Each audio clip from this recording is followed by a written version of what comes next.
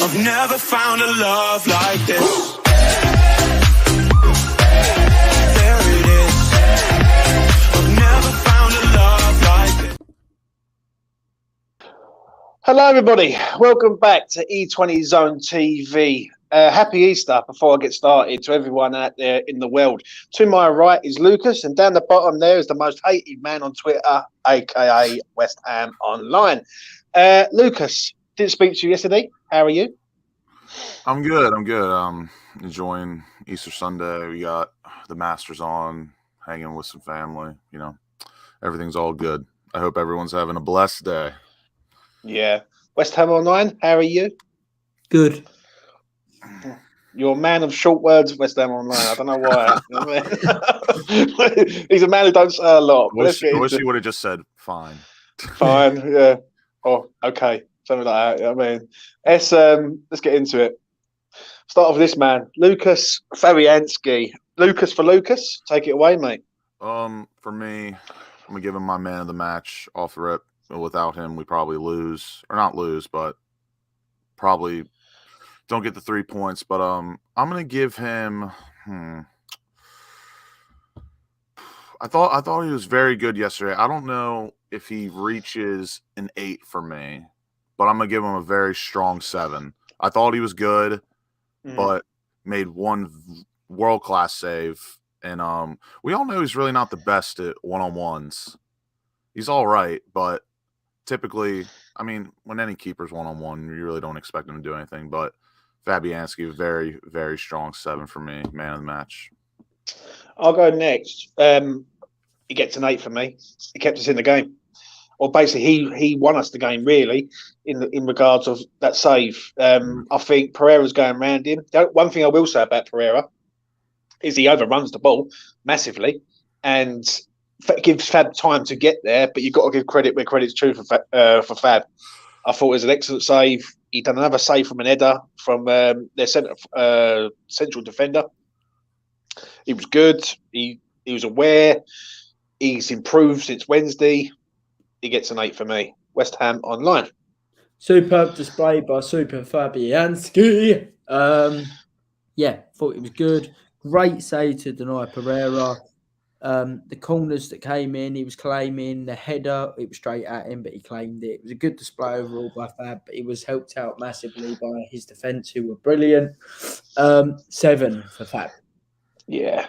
So we'll get to this. There was blue, but now there isn't.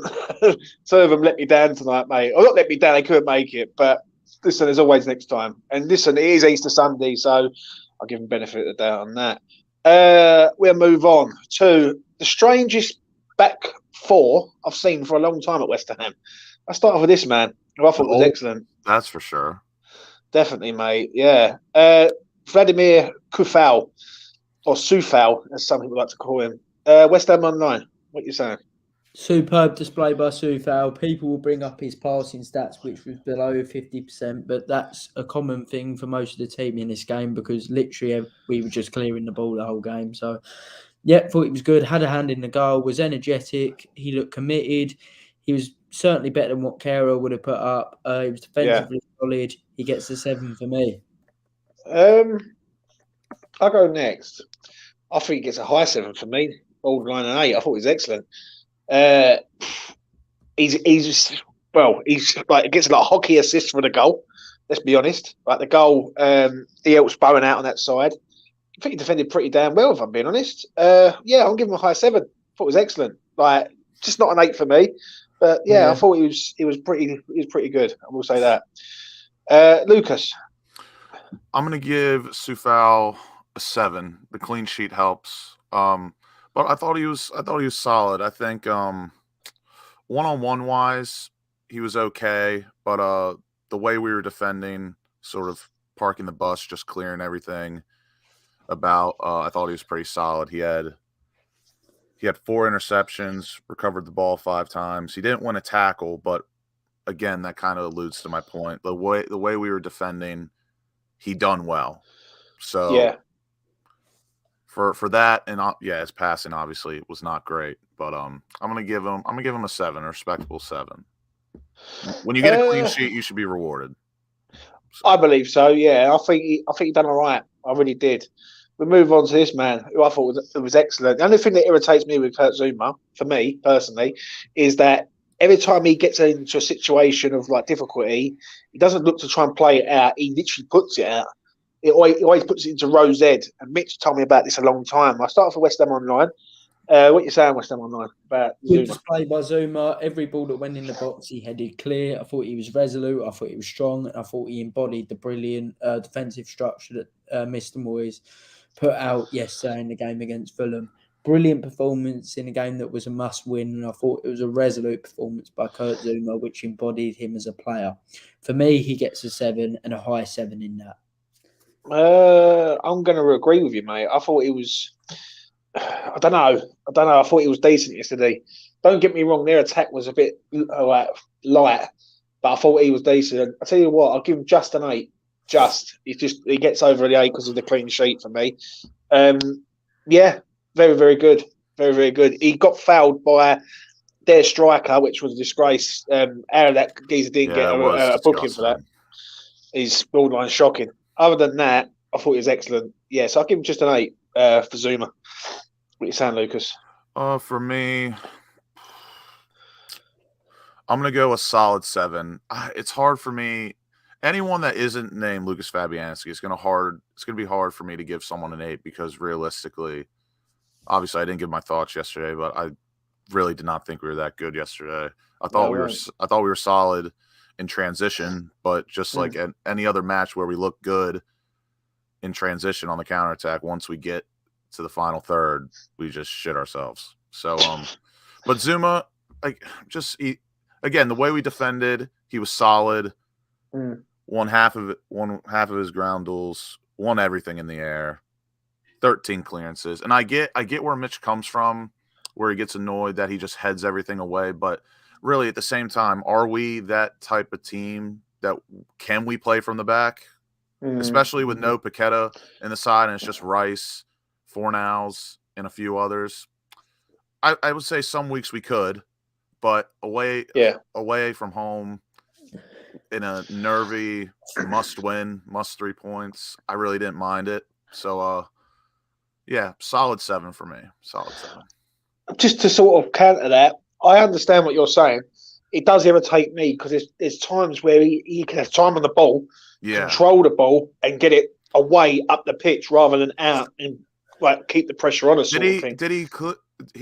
I can't really remember exactly, but did he pull any cares where like he could have had time and he headed it away for a corner? The ones that I remember, he just headed out to the sideline. Yeah, there was a couple of times. I remember it. I was watching the camera and it was annoying me. I think I put it in the WhatsApp group. If I remember rightly, I turned around and said, "Why does he keep putting this ball out? Like when he's got time on the ball." It's more frustrating. It's more frustrating when you're heading them out for corners when you don't have to. But like, for me, away from home, if you're just heading them out to the sideline, go out of bounds, like it's whatever. Because in my opinion, I don't think we had the team yesterday to be playing from the back comfortably. Yeah, I agree, mate. I really do. Let's move on to this man, Ogbonna. This geezer just like it's like a vintage wine, isn't he? He gets better with age. I thought it was excellent yesterday. I will say that. There was only one thing that irritated me was when in the second half when him and Cresswell literally the communication between the pair of them was mixed up big time. I'm like, was that when Zouma got spun? No, I think so. He did get spun once, but there was a simple ball that one of them should be taking authority over, and none of them did. And it ended up going out for a corner, which invited more pressure onto us. I will say one thing: Ogbonna sort of lost his little sort of moment there. Then the corner comes in and he's heading it away. Like he was back on it again. I thought he was brilliant yesterday. I really do. I'm going to give him a sort of strong 8 for me with Zouma. I think both of them were solid. When them two played together, we're not bad. Do you know what I mean? But it's the pace factor. I think if anyone with pace gets in behind them two, then we're done. So 8 for me. Westhamonline. Ogbonna's still a good box defender. He can't play high anymore. Every time we try and play a high line with him, like at Newcastle away in Chelsea or remotely high, he gets done. Either due to communication or His spatial awareness isn't what it once was, in my opinion, up the pitch, and he's lost a bit of pace. When we but park it, Ogbonna is super solid for us. yeah, Yeah, but in super solid. the box, he's really good still, and that's why he was chosen yesterday, sorry, because he's a great box defender. Better than Aged in the box because he's better in the air, which I think was key in Moyes' selection for this specific game. He's getting a 7 for me. Lucas? I'm going to give Ogbonna, I'm going to give him a strong 7. I think he was just, in my opinion, he was just a bit more active than Zouma. 3 interceptions, a bunch of headed clearances, 12 clearances overall. And he was a bit more successful in his ground duels, in his tackling. So, strong 7. Here's a question for you from Jay Woods. James, Alfie, and Lucas, would you play Zouma, Ogbonna, and Aguerd as a back 3 versus Arsenal? No. Not bad, Jet. No. I would not. No, I don't like Ogbonna in a back 3. In fact, I hate him in a back 3. Yeah, but you got the recovery pace of Zouma there. Not Zouma, Aguerd there to get him out of trouble. That's the only thing. Right, we'll move on, though, to this man. Return of the Cresswell. I might as well start off Westhamonline. What are you saying, mate, for Aaron Cresswell? Be honest. Oh, I will be honest. I'd still have Emerson in the team before I deliver my dialogue on Cresswell. But I understand why Cresswell was chosen for this game because I believe he's a better overall defender defensively than Emerson. He's not quite got the legs anymore. But for this game, we were literally sitting back and that suited Cresswell. I thought he was really good yesterday. I thought he defended well. The right winger for the right-hand sided players for Fulham didn't really do anything. I thought he was key in our win. All the back 4 I thought were really good and pretty much were all the same sort of level. Yeah, a 7 for me. Excellent from Aaron Cresswell, and I'm glad to see him back and registering his 100th Premier League win. Excellent, Aaron. Thank you very much. You do talk some bollo, as I would always say. I'll go next. I'll give him a 7. He was decent yesterday. Looked solid to a point. The only thing that irritates me, which me and Mitch literally agree on all the time, is he gets the ball, plays it long, like the hoofball down the line. It's so predictable, it's unreal. Other than that, he was pretty decent. So yeah, I'll give him a 7 out of 10. I can't really complain about him at all yesterday, at all. Lucas? For me, I thought Cresswell, again, just like most of the back 4, I thought he was solid. He didn't really wow me with anything. Like you said, the hoofballs down the sideline really do irritate me. But again, I think it takes a lot to. I don't know how to say this properly, but even though he didn't do anything like fantastic or eye-opening to me, I thought he was solid and just like the whole back line. So I think he's going to get a 7 for me in unity with everyone. I think they all deserve a 7 at least. Big up Lee. Lee's a member. Hi, James. I enjoy your shows. Up the hammers. Fair enough, Lee. Thank you very much, mate. Listen, Cresswell done a good job, but is he the man for Arsenal? I don't think he is. I think you get done for pace. I think West Ham might have to change system against Arsenal. I think if we go 4-3-3, 4-2-3-1 or whatever like that, I think we're going to get done. I think we might have to go 3-4-3 or 5-3-2 against this team and then try it on the break. Actually, I watched them early on today. They look pretty good. So, you know what? What a cracking match that was. But Irons on Twitter has apparently found the benchmark to beat them. So if Moyes doesn't beat them, we all know what we're going to see from Irons. Yeah, well, can you keep having me in rows with Irons, mate? Because I'll be ironing you clean out. 100%. Do you know what I mean? Like, every time I'm going out somewhere, I'm getting notifications about Irons has tagged me in something. So, you know. Listen, before I carry on, please do smash a like on the video and please do subscribe to the channel if you're new around here. We will go to this man, Mr. Thomas Soucek. Oh, dear. I don't know what to rate him yesterday. I thought he was okay, but just okay again. It's just like, do you know what I'm saying? It's not like he's running the show for me for midfield. Like, obviously, when we get to Declan, then we're going to see a different side. But I'll start off with you, Lucas. What did you make of him yesterday, Thomas Soucek? He was all right. I mean, yeah. he didn't do a lot to lose us the match. He didn't do a lot to help us win. But again, that's like the issue with Soucek is that like we look all right when he's okay. Yeah. And even when we look good, he's still like he doesn't move the needle for me. Or He makes for a silly lot of people. fouls. I'm just remembering yesterday, yeah, because I remember the afterthought me and Clive done, and there was silly fouls that he kept doing in the first half. Second half, His defending to me has gone a lot worse. Yeah. He's making a lot of sloppy fouls. His defending's very poor. But again, he was in the engine room. He put in the miles or kilometers, as you like to say. But again, he doesn't move the needle enough for me. And this could be generous, but I'm gonna give him. You know what? He did win his ground duels. He won more than half of his aerial duels.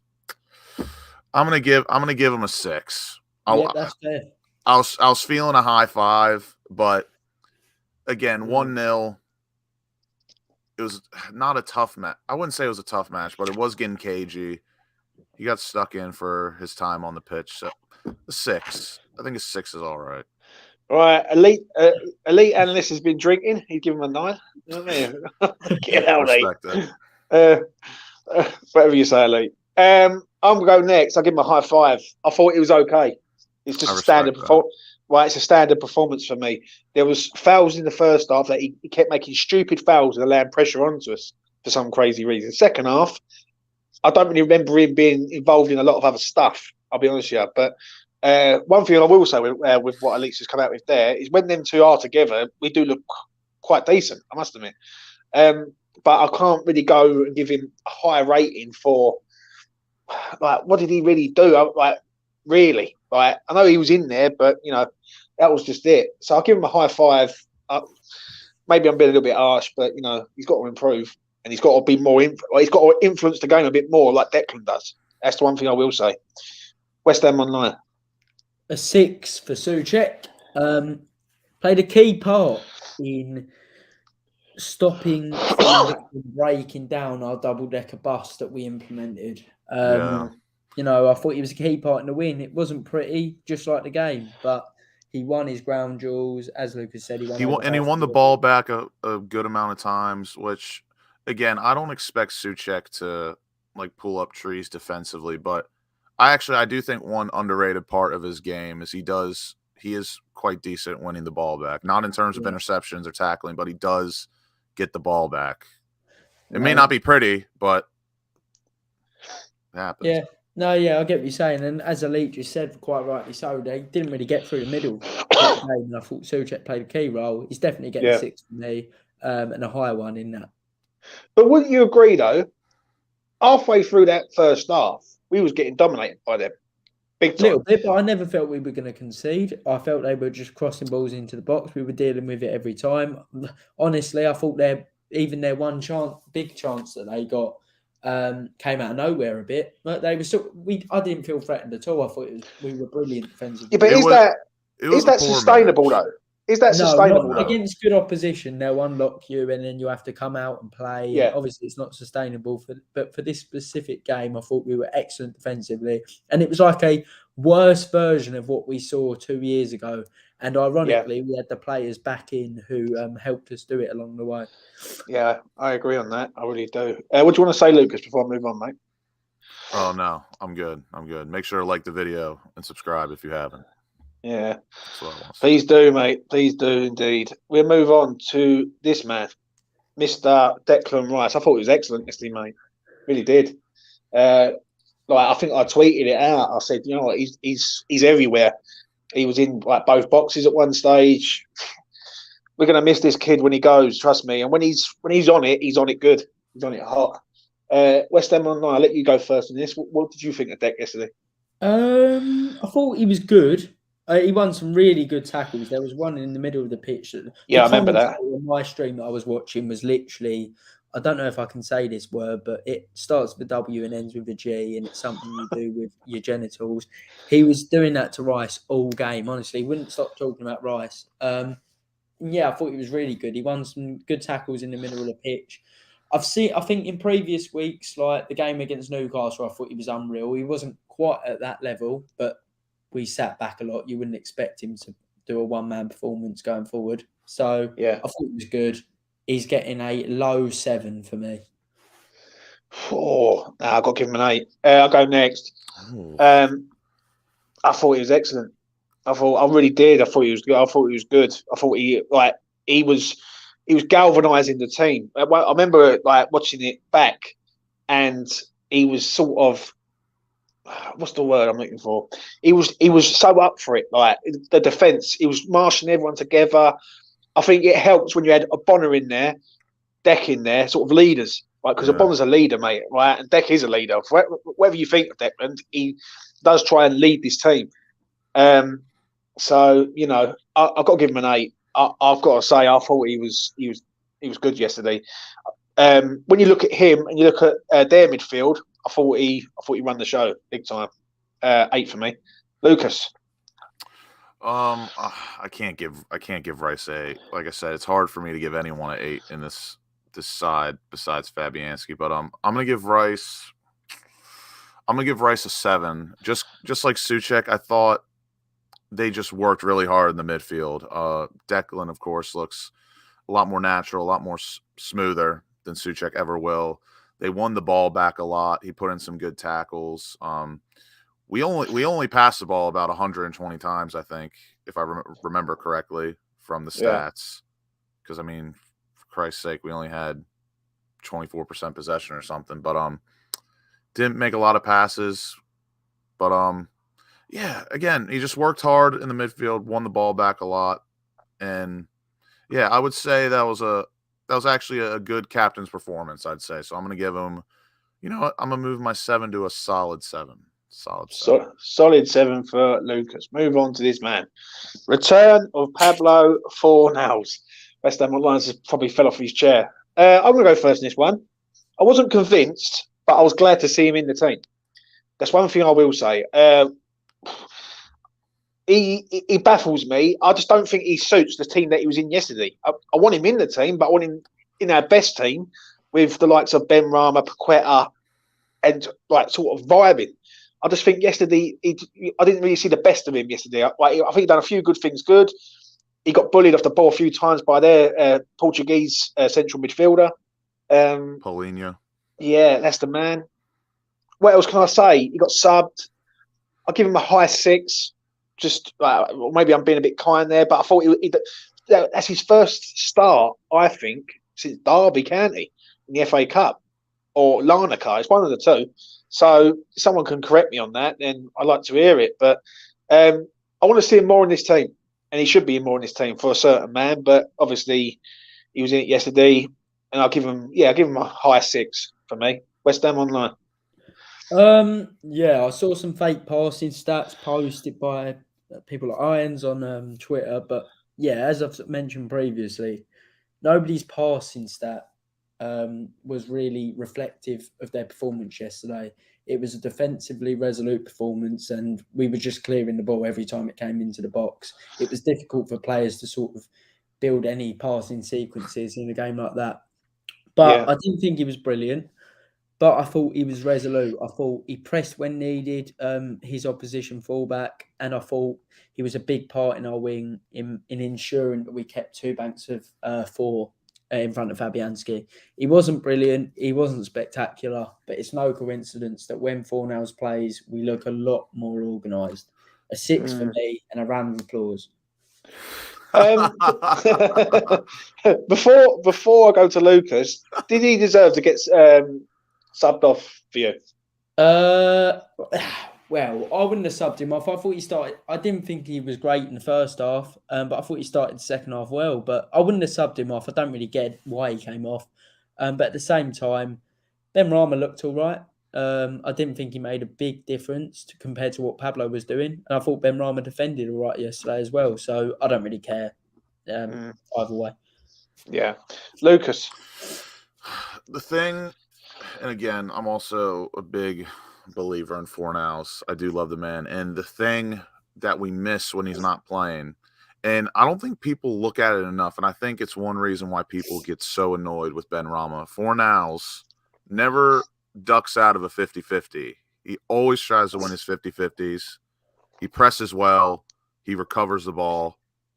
And again, it's hard to do that is on the left-hand side or playing on the wing, which he's not a winger. And just imagine if you had that in the midfield. I think he would be so much better. But again, the way I do these ratings, and like Alfie said, I don't think any of the passing stats, especially the passing accuracy, reflects the players from yesterday because I was off by 2. We made 122 passes. But again, Fornals, 8 recoveries, 5 out of 7 ground duels won. He won both his aerial duels, but not enough going forward for me. So I'm going to give him a 6. He just, again, some people want to watch West Ham play a certain style because it's entertaining. But for me, at the end of the day, the result is all that matters. And Pablo Fornals was in that engine room along with Soucek and Rice, and he made a bit of a difference. And I didn't mind him getting subbed off because, again, going forward, he wasn't that great. And I think Ben Rama came on at a good time because we needed a bit more creativity, I'd say. I'm going to say this, that comment from Richard's bang on the money. Absolute spot on. Fornals does all the stuff that isn't required for a winger. Which is good and bad. Yeah, but I look at it like this. Pablo Fornals, for me, and I've always said this, I said it on the Spaces and I said it on here, for a long time. He's an industrial midfielder. He's a sort of midfielder that can break up play and pass the ball into the attackers. Like, good passing ability. Do you know what I mean? Like, I don't want to say, I ain't going to compare him to Thiago at Liverpool, but that's the sort of player that I look at him as. He gets around the pitch well, he breaks play up, he gets the ball, he passes it, like, he plays through the lines. Like, do you know what I'm saying?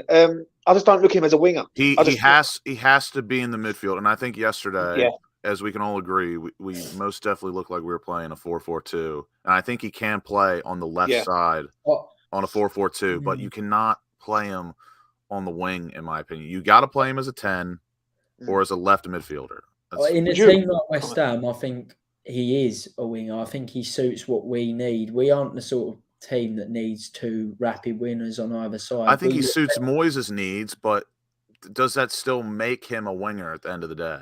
No, not in the typical sense, but we've seen that loads of players change position for the team, and I think he's the sort of player that's done that, and I think it's worked over the last few seasons. And I truly believe if he played as much as he should have this season, we'd have a lot more points. Maybe, but hindsight's a wonderful thing. We'll move on from Pablo Fornals. Good to see him back in the team. I will say that, even though he's not one of my most favourite players, I would like to see him in our best team. I just think there's a space for him in there.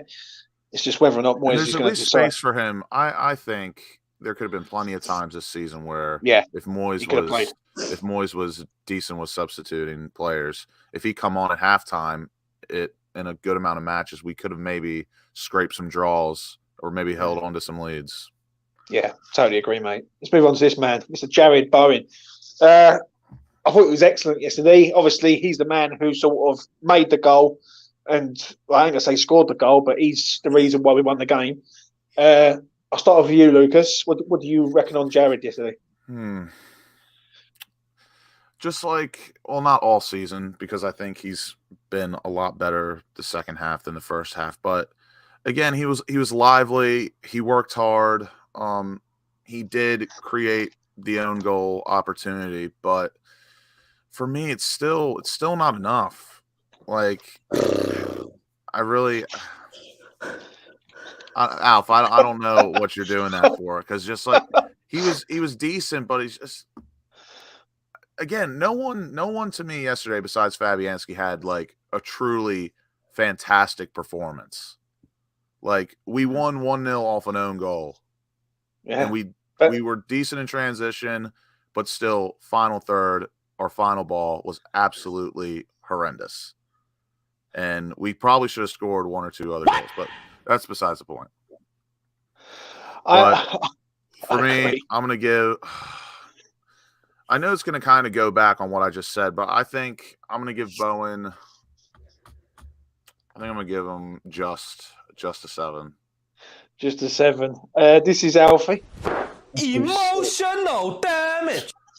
And I am going to give him credit for what he did, because without that action, without that effort, Harrison Reed doesn't have to make that play on the ball, but he did. Yeah. And it's an own goal. So I will give him a little bit of credit, but it's just you need more. And if anyone disputes that, I don't know what to tell them.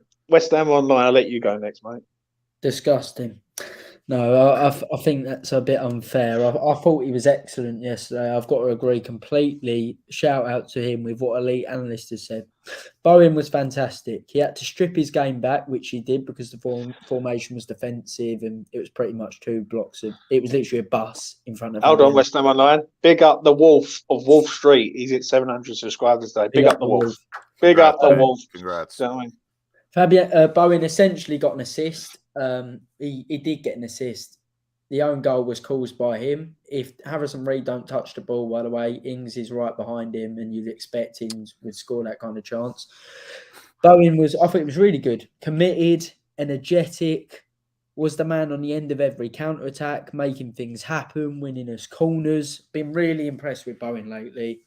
So impressed. I thought he was excellent, and he essentially got the assist. He was the match winner for me, and he's definitely getting a high 7 and a round of applause.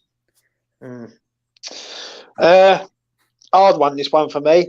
Obviously, he makes the goal. Like, I'm going to say that he scores the goal, even though Harrison Reed knocks it in, but he does sort of do the work to get the goal. I agree slightly with Lucas. He has to do a little bit more for me, right, and be more of an influence, right? He is an influence, but it sort of comes in patches. Second half of that game yesterday, I didn't really see much of him. First half, he was all right. Second half, not really see as much of him at all. Obviously, we will get onto the strikers, and when they can't hold the ball up for him to sort of like be advancing with it, then it's a problem. I'm going to give him a 7, though. I'll give him a 7 out of 10. I think he done well yesterday, but I want to see a bit more of it. He's being linked with moves to all these clubs. I want him to stay at West Ham, but obviously I want him to perform like that regular. Do you know what I'm saying? So give him a 7 out of 10. We will move on to this man, Mr. Danny Ings. What it was, he got injured in about the 10th minute. And it looked like he was going to come off. And he managed to play for another sort of 50 minutes. Westhamonline, I'll start off with you. What do you reckon on Danny Ings yesterday? Quickly to Wolf of Wall Street. That's all good. I don't mind. Thank you anyway for saying that.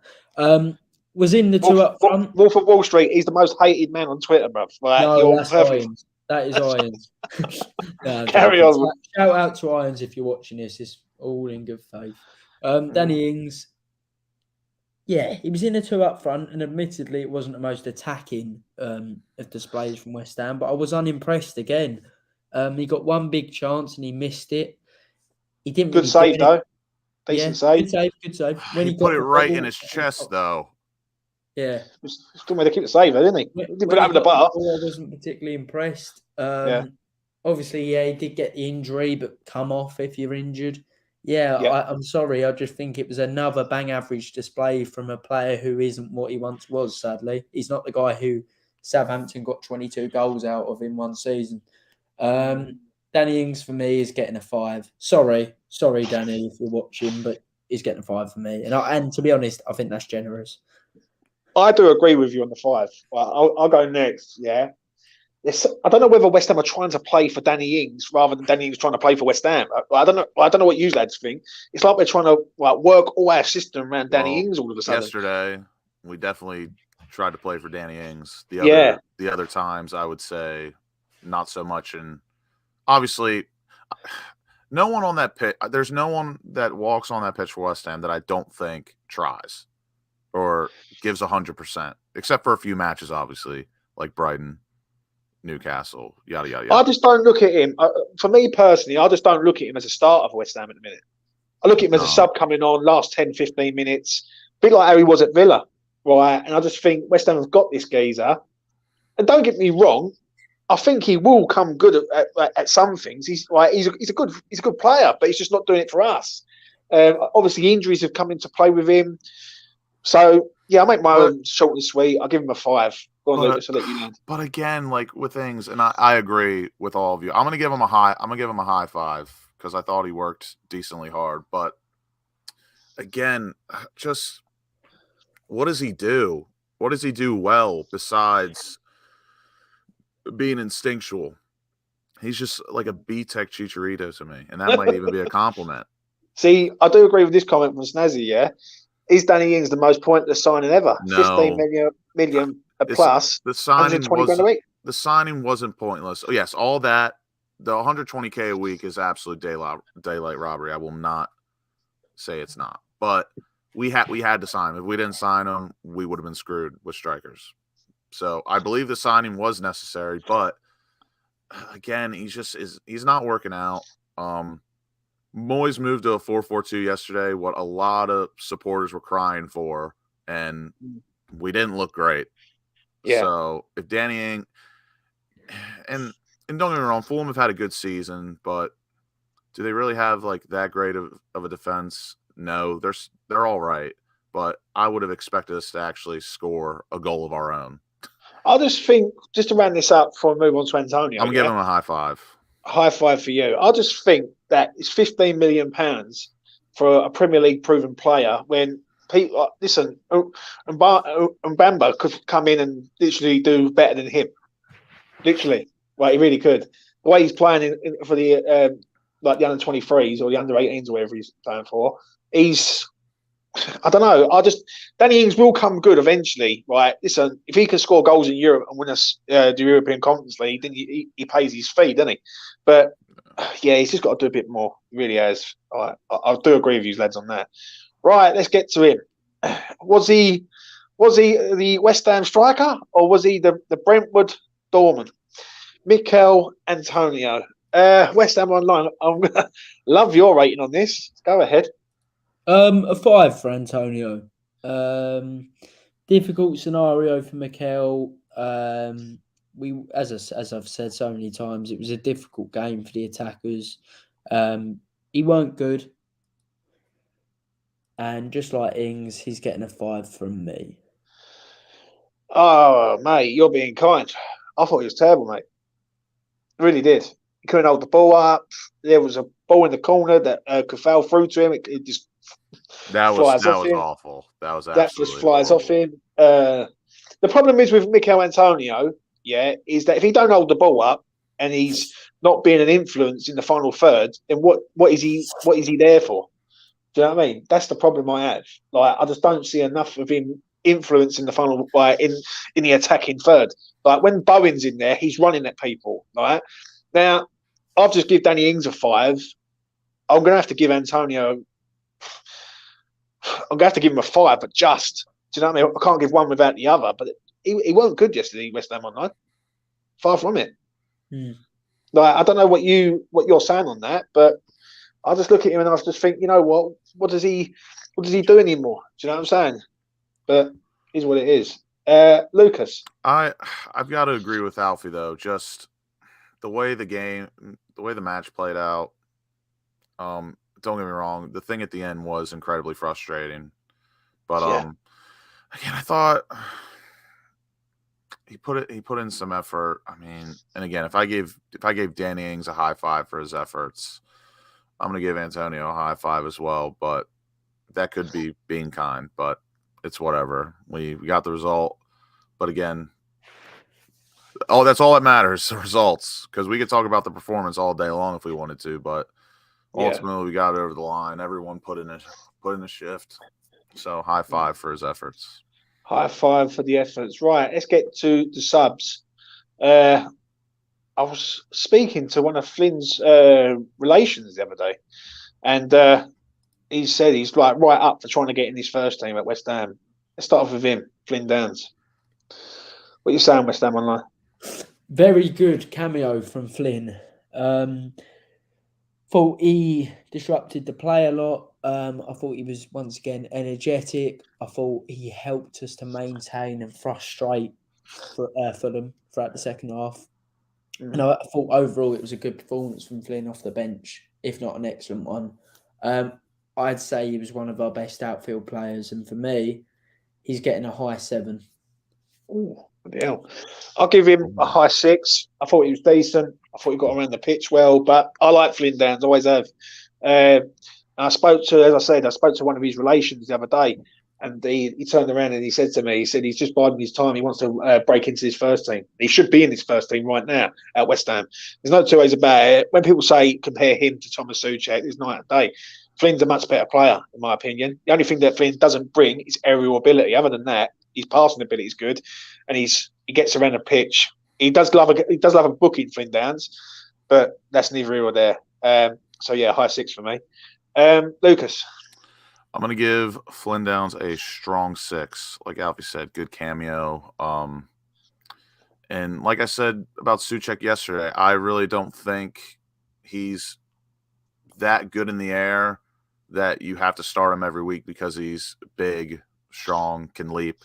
Flynn Downs could solve, I think, a lot of issues that we have in our squad at the moment. And again, hindsight is a beautiful thing, but there's plenty of times and plenty of matches where I just thought, wow, like, what if we just started Flynn Downs instead of Soucek? But again, as we say, we move. But in regards to breaking into the first team, Flynn Downs will 1,000% I think he'll have a very good chance next season to cement himself into this side. And I think he will, because from what we see, he's just a decent footballer. And again, people will criticize him for keeping it basic, but in my opinion, basic is the right answer sometimes. Like I'd rather him keep it basic. Keep it basic. We keep the ball rather than him trying something adventurous or just bolsterous, and he gives the ball away, and we're on the counter. I hate that personally. So strong 6 for me. I love Flynn Downs. Yeah, big up Flynn Downs, mate. I rate him and all, man. Move on to this man, Saeed Benrahma. For me, I'll go first. He has a shot that goes wide, and it does go quite far wide. He needs to hit that on target. One thing I will say, he come on and he didn't really do a lot in a lot of aspects. But when Maxwell Cornet is going through, he should have a goal. Yeah. Like if that's anyone else, if that's Benrahma in that position, he's getting hounded from the nearest lamppost. He's getting hung up by the post and left there all night. So yeah, I'll give him a high 5. I didn't really see much of Benny to say he deserves a 6, so I'll give him a high 5. He should have scored though yesterday. Sorry. And for me, if Maxwell Cornet's got to feed him in there for an easy goal. Do you know what I mean? Westhamonline. An average performance from an average player. I thought it was. You love a dig, don't you? You love a dig, bruv. Go on, carry on. I thought he was okay. Thought he came on and sort of done his stuff. Cornet should have passed it to him. He had a shot. I thought it hit the post, but it was my dodgy stream. It was well wide. Yeah, it was just a really okay performance from Benrahma, and my average is 6. So I'll give him a low 6. Lucas. Oh, it's a weird one for me. I thought he was all right when he came on. Probably should have had a goal, but what was the last situation that we had where someone was throwing goal? They definitely should have scored. They definitely should have scored, but definitely should have handed it off. But yeah, he was okay. High 5. Oh dear, Alfred, you do wind me up, bruv. You know what I mean? Right, high 5 for Benrahma. Finally, where is he? Let's get to him before I let Alfie go. Is this man Maxwell Cornet? Alfie, take it away for him. Well, he didn't do a lot. He weren't on for a long period. And the one chance he did get, he completely messed it up. And to be honest, if we went on and drew that game, I would be absolutely fuming with him. All he's got to do is pass it to Benrahma. Yes, Benrahma may have missed, but all he's got to do is pass it to Benrahma. It's an open goal. Shock him. But overall, he was okay. Yeah, but you're saying about Benny missing and everything, yeah? I know you're trying to troll, but it is what it is. The problem is, the hate for Cornet would not be the same if that was Benrahma in that situation. Not at all. If that was Benrahma in that situation, and we're 1-0 up, people would be going absolutely It wasn't as bad as the Bowen Paqueta situation, but I definitely grilled Jared Bowen for not passing the ball. Wasn't as bad. Oh, I think that's terrible, mate. It's much worse. It was literally, it was way worse. It's literally like, how much time does the man need to make a decision? And he makes the wrong. Yeah, I think that's the worst one this season, and we've had a lot. Yeah, I agree on that. So, what are you rating Maxwell Cornet, mate? N/A, because he weren't on long enough. Right. Listen, I will let Alfie go. What do you want to say about Moyes before me and Lucas wrap it up?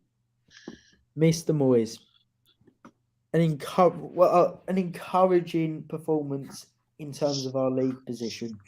It wasn't pretty, but Mr. Moyes got the job done, and it was a typical Mr. Moyes performance. I thought the two banks of four were defensively excellent. I don't think Fulham looked like scoring, and it was the earmarks of an incredible defensive coach. Right, Alfie, thank you. It wasn't ideal, and for the future, I don't want to see us playing like that. I don't. I just want to make that clear. We didn't sign all these players to play like this, and I'm aware why people are unhappy. But for our league position, it was an excellent display in terms of ensuring that we get the 3 points at a difficult crowd. A 7. Thank you very much, Alfie, for your time on E20 Zone TV tonight. Because that, we say about fucking Moyes, he's a fucking clown, bro. But I'll get to him later. But anyway, Alfred, I'll let you go. Take care. Peace. That is Alfie. He's got to make a move. He's got gin to go to or some crap. Lucas, me and you will wrap this up towards the back end of this show. For Cornet, N/A for me. Yeah, I'll be honest. For me, if that's anyone else on our team, or if that's Ben Rama on our team, everyone wants to execute the geezer, right? And I think because we won the game, he just gets away with it. In my opinion, he does. No, I agree, but that's disgusting from Cornet. And it's just like, it's so annoying because who in this squad can put a chance away? Absolutely no one. It's not even that, Lucas. It's not even that, yeah? For me, just think of the team. Don't think of the individual. Think of the team. If you've got a man who's in a better position, just feed him in, score the goal, we win the game 2-0. Job done. That's what I believe anyway. But, Same. What do I know? We move on to this, is the ref. And what did you make of the ref yesterday? Didn't really see much of him. Had that decision for the striker not to be pulled back by VAR was a bit of a criminal one. Like, literally, throws his foot at Zouma and kicks him in the face. Other than that, I thought the ref was just okay. So, what would you give the ref? 4 out of 10. I'll give him a 5. 5 out of 10. Moving on to the final man of the evening is this man, the clown of the show, Mr. David Moyes. Right, let's go through this stage by stage. Before I get. I honestly don't know how to rate this.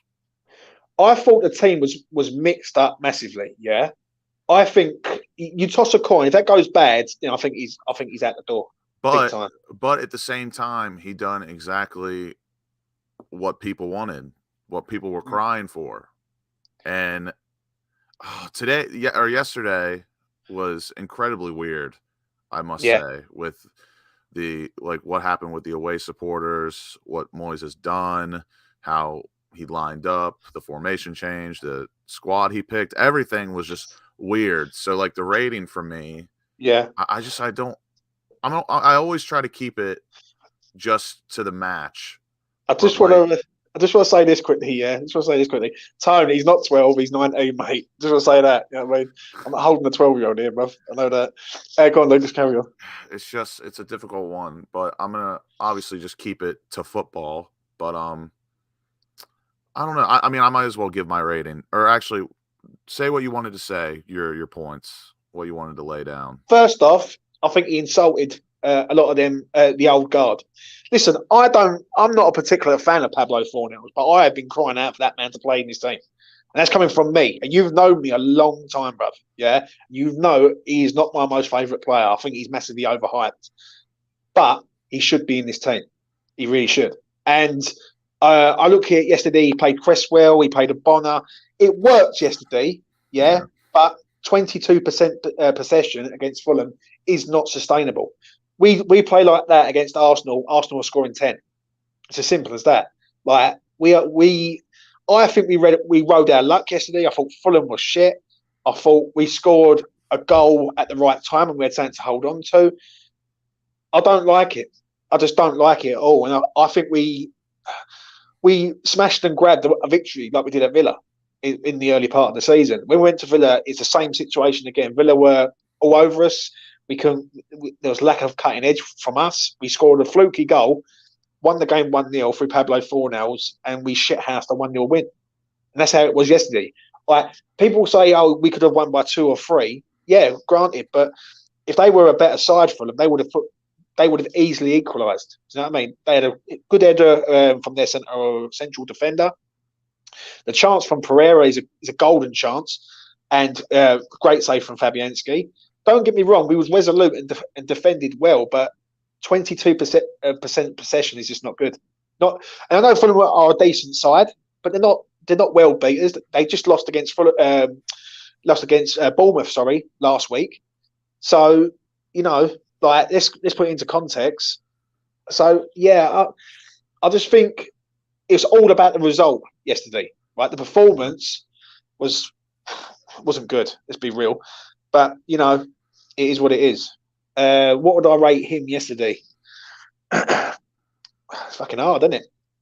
It really is. Like, when I look at it on the balance of play, we've won the game, so I've got to give him some credit because we've won the game. But how we've won the game, like for an own goal, and the fear is we just don't know how to score goals in open play. And now we're relying on people to score goals for us. Do you know what I mean? I'll give him a high 7. Ooh. I'll give him a high 7.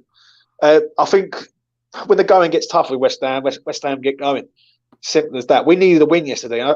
Listen, if someone would have said to all of us yesterday at 2:00, West Ham are going to win this game 1-0, they're going to fucking defend for their lives, right, and get 3 points, we would all accept it as fans.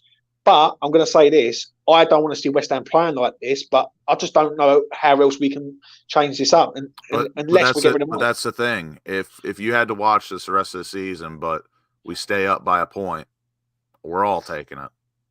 I agree, but the fear is against the big boys who we've got coming up, and we've got 5 of them. We've got Liverpool, Man United, Man City. We've got Arsenal in there. Yeah. There's someone else in there, I think, who I've missed out. But we've got to sort ourselves out. Do you know what I mean? Like, and we can't keep playing like that. Do you know what I mean? It wasn't pretty yesterday, but it's just a shithouse win. That's the only thing I can say. It's just a shithouse win. That's what we've done. Yeah, for me, there's a certain degree that you should be taking advice if you're a manager. So, like, I don't think a manager should be giving in to the supporters, if that makes sense. Like, you're a football manager at the end of the day. Like, he's been in the game for how long now? Yeah. And I think he gave in to the pressure a bit to play a 4-4-2, which I've said for a while. I don't think a 4-4-2 suits us. I don't think it's good for us. But he made that change, and he had to live with it. Can I ask you a question? Yeah. When you're watching the game yesterday, and about 30 minutes in, and we're getting dominated by Fulham, right? Was you surprised that he didn't change it? Because I was literally watching it, and I was going, why is he not changing this? And I know people would say, well, Fulham weren't really doing a lot. But it only takes one thing for them to do. It actually goes in the back of the net, and then we're in trouble. Yeah. Again, I don't know. It's a tough one because he changed the formation, which I didn't agree with, even though we did win. Like, we didn't look any better with the formation change. I didn't agree with the lineup. I still would have probably played Aguerd, to be honest with you, and Emerson 1,000%. But his changes ultimately paid off. We got 3 points. I'm gonna, because it was an own goal, I'm gonna give him a high 6. But Even with it's not positive at all. We changed formation. We shook up the lineup. We didn't look any better than we have other weeks. We look, like I said, I think we looked a bit better in transition. But once we get 25 yards away from that net, we are just horrible. We're horrid. I agree with that comment from Brian. Big up, Brian, yeah? It just skipped on me. Let me read it out. We need to look after the ball a lot better and create more from open play. Better teams would have beaten us yesterday. I agree. Like, when I look at us, right, if we was having chance after chance after chance, right, and we weren't putting them away, then I'd be like, you know what, they will come eventually. The problem is, like, I know like Cornet's chance, right, but that's in like the 93rd minute, right? But for the vast majority of that game, West Ham were defending for their lines. Do you know what I'm saying? I know Fulham weren't going nowhere with it, but they were still defending for their lives. Westhamonline, like, I know it's just, it's frustrating. Let's put it like that. But it's a we tough can't run. one because you can't really. I can't really praise anyone from yesterday besides Fabianski because ultimately we won 1-0 by an own goal, and we didn't really. I don't think we did enough to win personally. Fulham weren't that great though, so yeah. As I said on the afterthought, it was just a smash and grab for me. Yeah, it really was. When I look at that game, I just felt like that game would have filtered out into a 0-0 draw. Yeah, and let's be honest. Like, if it wasn't, I mean, obviously, if it wasn't for Fabianski's world class one-on-one save, it was going to be 1-1. And like I just said, I really don't think we've done enough to win yesterday. I don't. Even though Fulham were down Mitrovic, they were down Marco Silva. It wasn't convincing, and it was a smash and grab 1,000%. Yeah. One thing I will say is I don't care how we win, as long as we do win, and we're going to talk a bit about it now.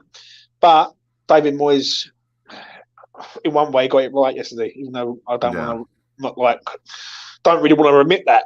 So let's talk about the future. Obviously, West Ham now have like a busy week again. They go to Ghent in Belgium on Thursday, and then on Sunday they have got a big game with Arsenal. How do West Ham, first off, what are you expecting in Ghent? Because I'm expecting a completely different team to what the team I see on Sunday. Yeah. And is Ghent a sort of game now for you, Lucas, where we've just got to go over there and we've got to try and blow this team out the water in the first leg? If I was Moyes or if I was managing the club, I would play a pretty strong team on Thursday because let's be honest. We got Arsenal away or at home? At home. Like let's just keep it real with ourselves. Like, we're already against the odds. We're not going to want to sit back, 5 in the back, park the bus at home against Arsenal. So I would think and predict that we will probably play them straight up because we're at home. But surely, I want the boys and Moyes, Moyes' boys, to have confidence and go out there and try and win. But I just don't know how likely that is. But if it was me, I'd play a strong team on Thursday. Not like full strength, but I would say probably 70 to 80% full strength. Go out there. I think West Ham have to go for it. Get the job done. 2-0. Professional performance. Go to Arsenal. Just let the boys play. Hopefully pray for a draw. And then we go back the following week, Ghent and home. And then Bournemouth away. Then we take care of business. And then we hopefully beat Bournemouth. So that's what I'd do. I'd go pretty strong on Thursday.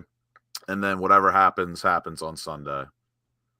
I agree slightly, but I want to see West Ham go again and get this job done. Yeah. I don't look at the Arsenal game as the priority. I look at the Bournemouth one as the major one.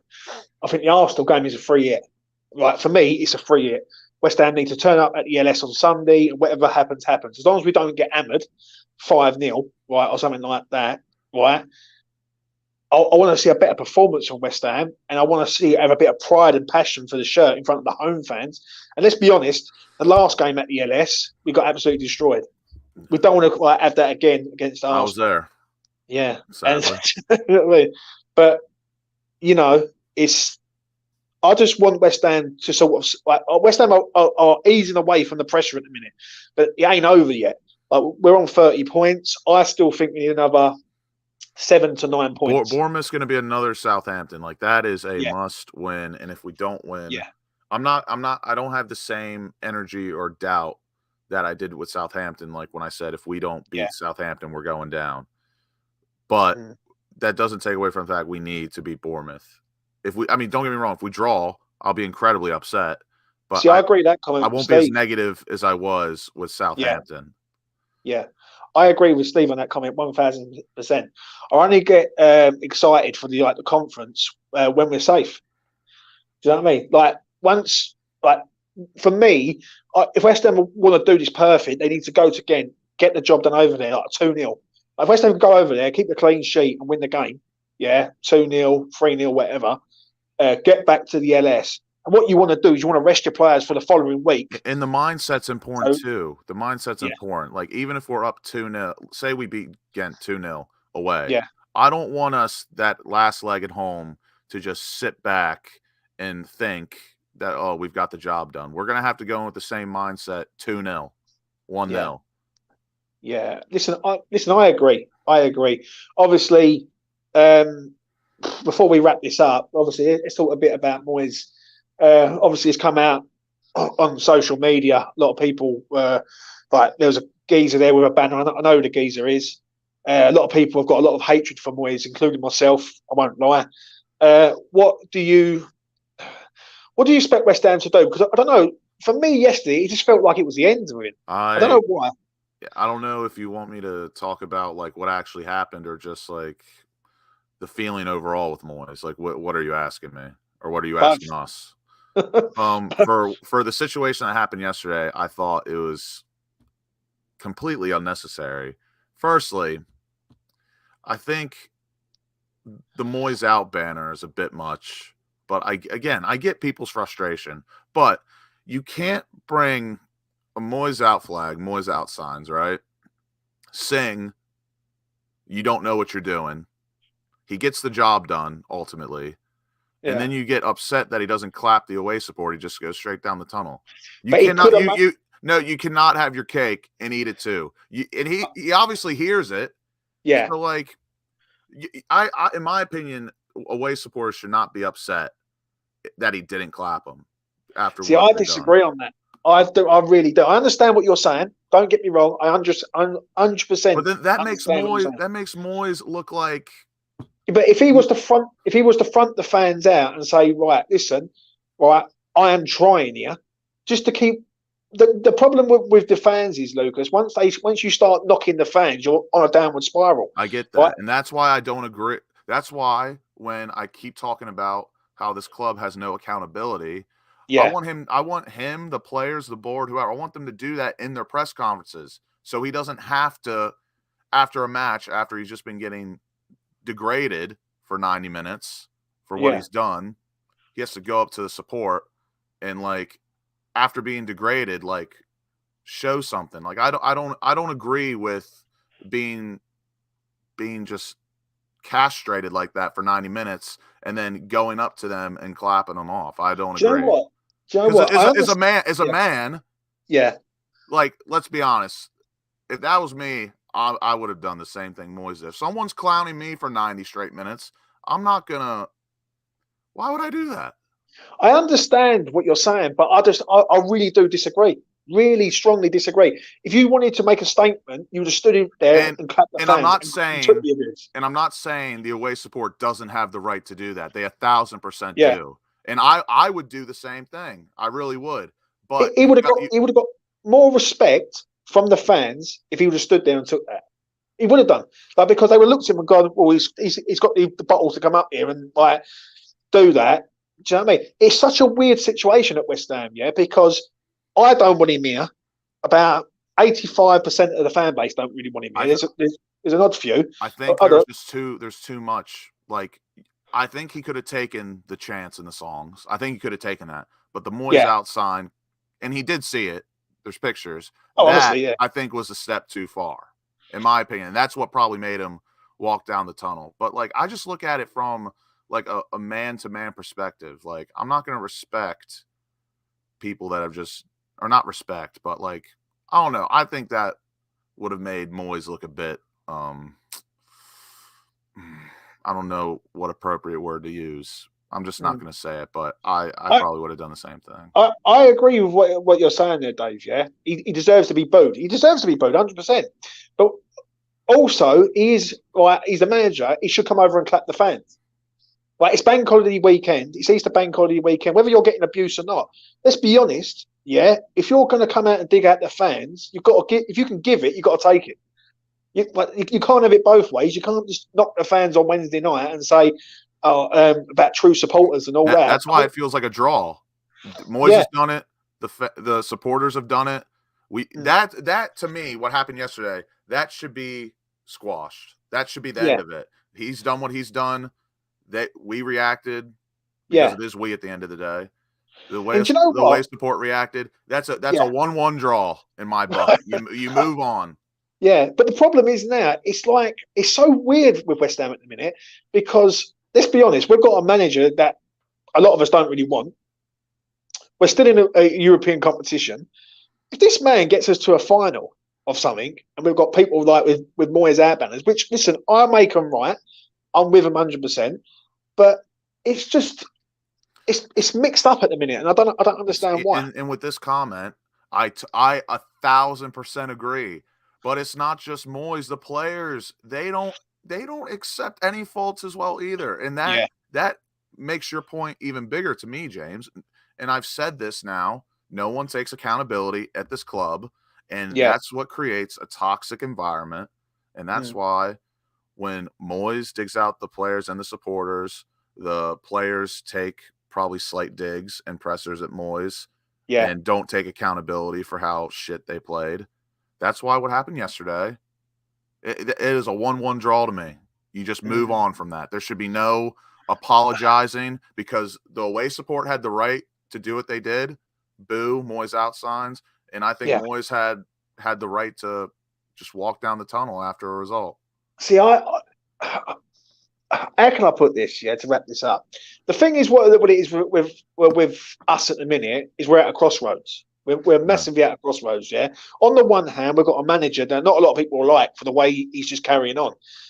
He did dig out the fans on Wednesday night, which is the wrong thing to do. Once you go down that slope of digging out fans, you're on a road to nowhere, basically. Yeah, that's the road you're on to, like going absolute out of the ends, basically, right?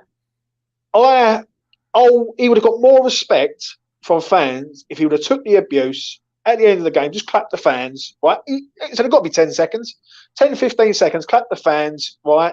Not go right up to the fans, but clap the fans and then walk away. Then no one could have a dig at him then. But then again, it's almost like, again, that's why I keep referencing 1-1. It's like two sides of the coin going up against each other, and neither side, supporters or Moyes, can't have it both ways. Yeah. You cannot have your cake and eat it too. I understand that, but the fans have had enough though, and the problem is, like yesterday, for instance, when you look at the team that we had yesterday and the way we played, would it have been acceptable to lose with that team yesterday? Like, I'm not being funny. The result papers over the cracks. I said it on the afterthought, right? That result covers a lot, But at the end of the day, this man, I don't think should be here. We're relying on this man to keep us in the league at the minute, and at the minute we are blagging it. We're blagging staying in this league. Like we're nicking games where we've got no right to nick. If I'm speaking the honest truth.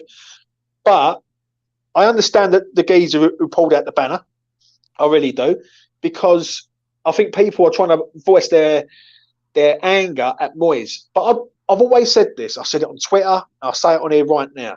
I don't blame Moyes for this. I blame Sullivan. I always have. Like they should be calling out Sullivan for this, not Moyes. Because why Moyes will not walk away from West Ham because it's the best job he's ever going to get in the Premier League. I don't think he's going to get a higher than West Ham. Do you know what I'm saying? So for me, why would you walk away? You're going to stay here, aren't you? Do you know what I mean? So he ain't going to walk. So the only way you're going to get Moyes out the door is if Sullivan throws him out the door. And he's the problem, David Sullivan. I've always said it. I will stick to it to the day I fucking die, mate. But, do you know what I'm saying? Like you said, it's a tough situation because everyone at the end of the day, they have a right to voice their opinion. Yeah. And even if it's positive or negative, whoever's on the other end of that has the right to react the way they want. And sometimes it's right, sometimes it's wrong, sometimes it's just meh. Like what can I do with that? Yeah. Yeah, but someone just said about the away support. I thought the away support was unreal yesterday. Yeah, they were. We have the best away support in the league. I don't care what anyone says, but still, at the end of the day, like I thought that what happened was just blown out of proportion. I'm not saying anyone is right or wrong. I just think the whole thing was like blown out of proportion. Like if I was a supporter, I'd be like, oh, like. That sucks. Like, that's not cool. But people were like seething, which I don't agree with. It just seems like there's a divide. But I'm going to literally wrap this up in about a few minutes, yeah? But it just seems like there's a divide at West Ham. Like, it's such a weird. You know how many divisions there are? We've got you know how many divisions we've had in divides going on? We've had Vlasic, Benrahma, Fornals, Benrahma in, Benrahma out, Moyes in, Moyes out, board. Yeah. Everyone hates the board. That's why I keep nailing the head on accountability. I keep smashing it. Yeah. And there's too much bullshit toxicity going on at this club that doesn't need to be here. Great comment from Steve there. When you lose the away support, which is true, he has got a point there. That's a very good point. I see photos of people that I've known for like years who are like proper hardcore West Ham fans. I mean, like, fuck me. Well, one of the geezers I've known for 20 years. I see him in a picture and he goes home and away, like religiously. Yeah. Once you lose the away fans, then you're on the road to no return. And if I could, I would only do away matches. Yeah. But the only problem is just if this geezer goes and gets a good result in the week against Ghent, then where does it leave us? Like, we all hate him, but he's doing it, isn't he? But again, but that's the thing, and that's what it comes down to. Yeah. Like, I know you don't like the term credit in the bank, and I don't necessarily full-heartedly believe in that term with Moyes, but people, I don't think there's enough respect being shown in that. And if Moyes if he goes and does it, you cannot talk about how much you hate Moyes after he brings us potentially, knock on wood, a trophy. Because then at that point, you're kind of just screaming at the sky, hoping someone responds to you. Like, at the end of the day, RESPECT. Joe, what would be the right thing to do? If you want me to be honest before I wrap this up, the right thing to do would be for Moyes to come out and say he's leaving at the end of the season.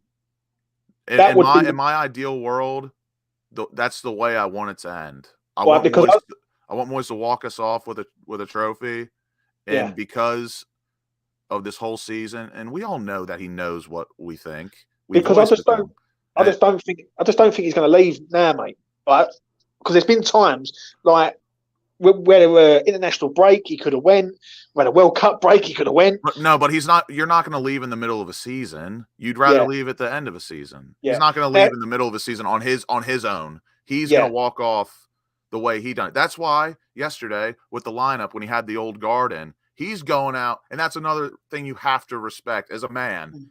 Yeah, and we all do this. We're going out on our own terms. Yeah, even if it goes tits up, falls apart, we're all going to go out on our own terms. And if and like I said, in my ideal world, we stay up, win the conference, Moyes walks off, and no one can be really like angry. We won a trophy. Yeah. We've seen the most European success in our lifetime with Moyes. You just have to respect and cherish the memories he's brought us. And I'm not just speaking for myself. He's given all of us plenty of good memories over the last 5-6 years, whatever it's been. Well, it's been 3 years, and he had a little spell. Or sorry, yeah, before. 3. Yeah.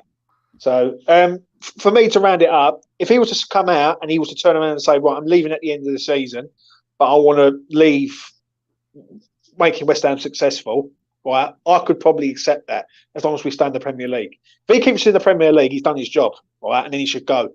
I don't think he's leaving anytime soon, mate. I really don't. I think it's a real 50-50 if he leaves or not after the season. A real 50-50 because I can see why he'd stay. Yeah, but I could also see why he'd walk away. Yeah, I think he needs to go, in my opinion. Like, there's no he's done it. He took us as far as he can. He needs to go out with his head held higher. I agree. And we need to go up to another level with a better manager who is younger, better ideas, better philosophies, and better style of play. I'm just trying to think of what the most West Ham ending to the story would be. That he wins the fucking trophy and he ends up being here for another year. Oh, that doesn't sound like West Ham to me. Do you know what I'm saying? But it is what it is. Listen, we're going to wrap it up there, people. I want to thank everyone who's been watching tonight here on E20 Zone TV. The player ratings for Fulham 0, West Ham 1. We got the win. We're on 30 points and we are edging closer to safety. That's what we all want to see at West Ham, yeah? 33, I was over the moon. The magic number, people. 33, Yeah. That's my prediction. I said 37, 38, if I remember rightly. But we're getting there. I did say it to everyone in the week. I said it's going to be a big week. We've got 2 wins out of 3. Obviously, Wednesday's fucking shambolic display was more the performance rather than the defeat. I can take West Ham losing. I can't take West Ham getting absolutely destroyed like that. I just can't because we're better than that. One thing I'm going to say is, though, we've got to keep the faith and we've just got to keep going on. Do you know what I mean? I understand the problem with Moyes. I get it. I'm with most of the people when it comes to Moyes out. I want Moyes gone. The problem I have, it just feels weird at the minute. Like, we hate the manager, but he's still here. Do you know what I mean? So we've got to go on to Belgium. We're going to send a fucking army of fans over there, which is going to be good. As always. And as we always do. And we need to get the job done over there in the first leg. If we can get the job done over there in the first leg, then I will be very, very happy, man. It gives us a free hit against Arsenal, and it basically leads us up to the Bournemouth game, because I do believe the Bournemouth game is massive, absolutely huge. I think if we can win that game, then I would say West Ham are safe. So I believe West Ham will get 6 points out of the remaining games. Like, we get a couple of draws and maybe nick a win somewhere. I think we'll be all right. So, you know, hopefully we get a positive result there. And Before I just want to give a quick shout out to everyone in the chat that's been watching with us today, putting in their comments, giving us feedback and giving their opinions. We truly appreciate everything you guys do for our channel and your participation. It means a lot. Yeah. Here, mate. I totally agree on that. Before I do go, though, yeah, I just want to say this. Over this sort of weekend, I've been shouting out this young man called David Neal. I done a preview the other day. I done an afterthought yesterday, and I'm going to do it right now. Basically, David Neal's 33-year-old man. He's got a wife. He's got a kid. He's got a young daughter, and he's got cancer. I'm going to chuck the link for the GoFundMe thing in the chat. Someone come to me and said, James, I need your help. Basically, this man's trying to get 100 grand, and could you shout him out? And he sent me a message today thanking me.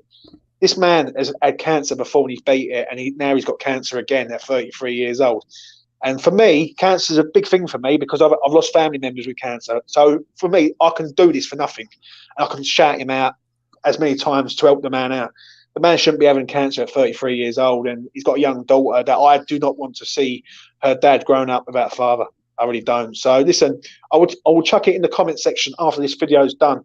Go over there. If you've got a few quid, just chuck him a few quid. Do you know what I mean? I'm going to do something at the end of the month from E20. And listen, the man needs help. And it's Easter Sunday. It's all about families and everything. He's West Ham family. Every pence, pound, dollar, cent, that's what I'm saying. Kroner, yeah, Australian dollar, Canadian dollar, every shilling. helps. Every shilling helps, you know what I mean? But listen, Dave, keep fighting, mate, because you're a strong man. You beat it once. You gotta see us win the Conference League, mate. Gotta see. And you will beat it again. I will say that. Will. The next stuff next week is Wednesday. Tom is back. Yeah, he's been gone, but he's back. Affers will be doing a preview. Thursday, the usual on here. He'll be doing the watch along after full player ratings, etc. And then I will be leading up to the Arsenal game. I've got 2 people coming on who are opposition fans, and they're gonna be pre-recorded. So listen, they will be around Friday lunchtime, Saturday lunchtime. So check them out. They're only going to be short, but I'm going to be working hard this week. Trust me on that. Anyway, I'm going to let you go and enjoy your Easter Sunday. West Ham get the win, and we move on to the next. Take care. Peace. There it is. I've never found a love like this.